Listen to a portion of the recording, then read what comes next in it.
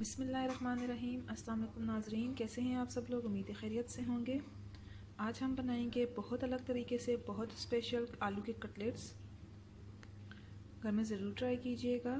Recipe शुरू करने से पहले हमारा चैनल सब्सक्राइब कर लीजिए और बेल आइकन को दबा दें ताकि हमारी बाकी वीडियोस की नोटिफिकेशन आप तक बआसानी पहुँचती रहें।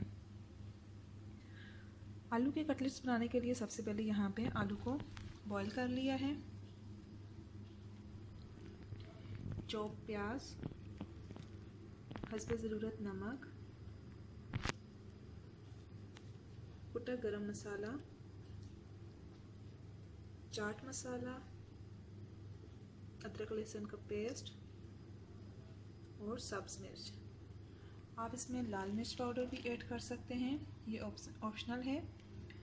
यहाँ पे ब्रेड ले लिए हैं।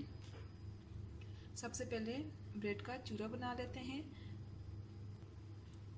क्योंकि इन कटलेट्स की स्पेशल बात यही है कि इसमें ब्रेड भी यूज़ हो रहे हैं इसकी कोटिंग करने के लिए भी, और बॉयल आलू के साथ भी ब्रेड का इस्तेमाल करेंगे। तो आइए नाजरीन, बिस्मिल्लाह के साथ हमारी आज की रेसिपी शुरू करते हैं। बिस्मिल्लाहिर्रहमानिर्रहीम। सबसे पहले ब्रेड को पीस लेंगे।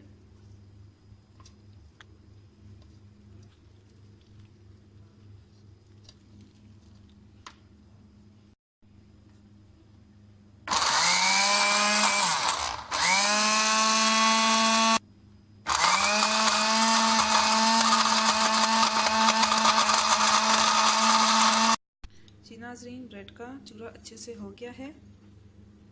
अब आलू को मैश कर लेते हैं। बिस्मिल्लाहिर्रहमानिर्रहीम। ब्रेड का चूरा बना लिया है। अब यहाँ पे आलू को अच्छे से मैश कर लेंगे। थोड़ा सा भी आलू की गुठली या मोटा पीस नहीं रहना चाहिए, इससे फ्लेवर ख़राब होगा। बिल्कुल बारीक मलीदे सा बना लें।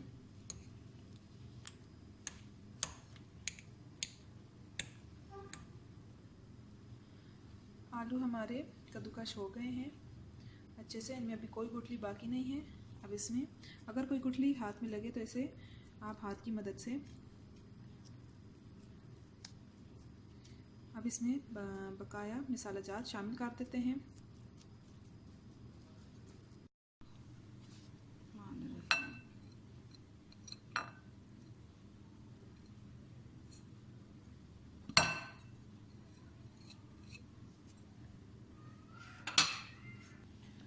सारे मसाला जात शामिल करने के बाद इसमें 3 से 4 चम्मच ब्रेड क्रम्स शामिल कर दें। ब्रेड का चूरा शामिल कर दें और इसे अच्छे से मिक्स कर लें। इससे ये होगा ब्रेड का चूरा शामिल करने से कि ये सख्त हो जाएगा और अच्छे से टिक्कियाँ बन जाएंगी।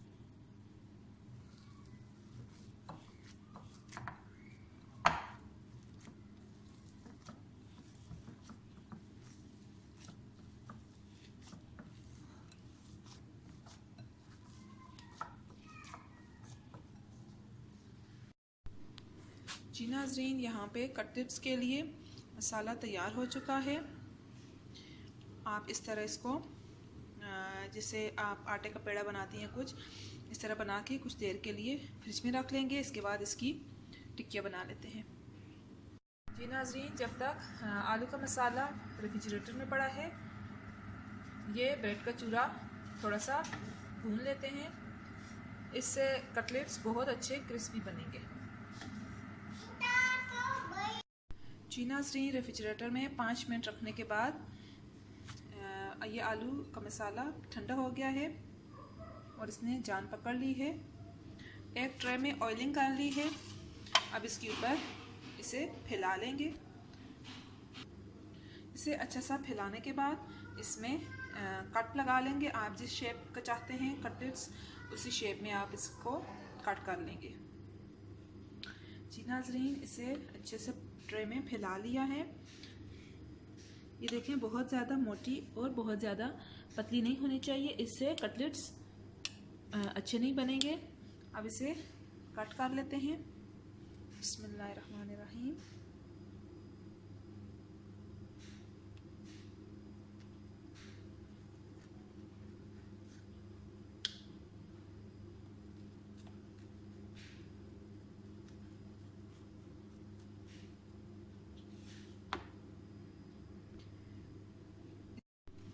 देखें, इसे अच्छे से कट करने के बाद अब इसे कुछ देर के लिए रेफ्रिजरेटर में रख देंगे ताकि ये अपनी जान पकड़ लें और टिक्कियाँ आसानी से निकल आएँ। ये देखें नाज़रीन, रेफ्रिजरेटर में रखने के बाद ये कितनी अच्छे से टिक्कियाँ तैयार हो गई हैं। सख्त हो गई थोड़ा, तो आसानी से ये ट्रे में से निकल आई थी। अब इन्हें डीप फ्राई कर लेंगे। डीप फ्राई करने के लिए यहाँ पे मैदे का घोल तैयार कर लिया है। टिक्कियों को पहले मैदे के घोल में डिप करके उसके बाद ब्रेड क्रम्स में शामिल करके इसे फ्राई कर लेंगे। बिस्मिल्लाहिर्रहमानिर्रहीम।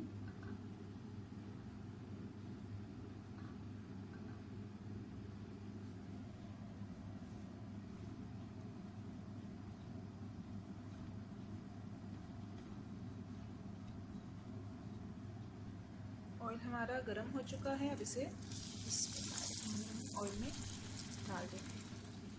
इसी तरह बाकी की टिक्कियों को भी